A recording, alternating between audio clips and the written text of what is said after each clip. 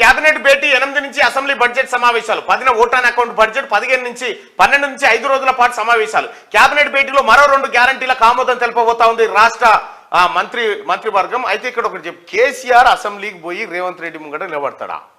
నిలబడితేనే మంచిది కదా. అవుతుందా పోతాడా? పోడు ప్రమాణ స్వీకారం చేయకపోతే కూడా బాగుండదు కదా.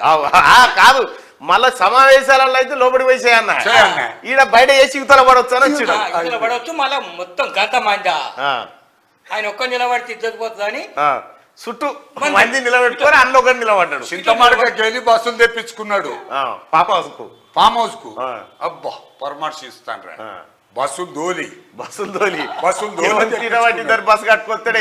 ఎందుకు నిజంగా చెప్తాను కదా. అంటే ఇప్పుడు ఆయన దగ్గర మంది పోయేటోళ్ళు ఎట్లా చేస్తాడంటే, ఇది నేను 2 నిమిషాలు చెప్తా చెప్పు. అయితే ఏం చేస్తాడు, ఇప్పుడు ఎవడో మీటింగ్ కొత్తగా పెట్టే అయితే ఒకటే పారి ఏం చేస్తాడు, దానికి ఒక పెట్టుబడి పెడతాడు.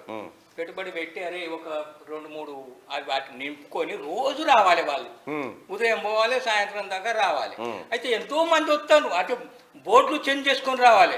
సిద్దిపెట్టి ఇంకో ఊరు నుంచి మంది వాళ్ళే బోర్డులు చేంజ్ రోజు వస్తే అరే. అయితే రోజు ఒక్క రూట్ గురించి రారు, 2-3 రూట్ల నుంచి ఇట్లా పోయిన అనేది చర్చ జరగాలని. అయితే ఇంకొకటి కూడా ఆయన జిందాబాద్ ఎవరు అంటారు ఎరికైనా, అదొక సెక్షన్ అది సపరేట్. వాడు గ్యాదర్ బాలమాల ఉన్నాడు. ఆ బాలమాల ఏం చేస్తాడు, అరే వానికి అప్పచెప్తాడు 5 లక్షలు 10 లక్షలు, వాడు మంచిగా అలా కొన్ని మిగిలి తెచ్చుకుంటాడు. జిందాబాద్ గ్యాంగ్ ఒక 40 మందిని తయారు చేస్తాడు, 40-50 మందిని. అయితే మీటింగ్ పెట్టినప్పుడు ఏం చేస్తాడు, ఆడ 4 ఆడ 10 4 అలా పెడతాడు. ఇవన్నీ పని అదే.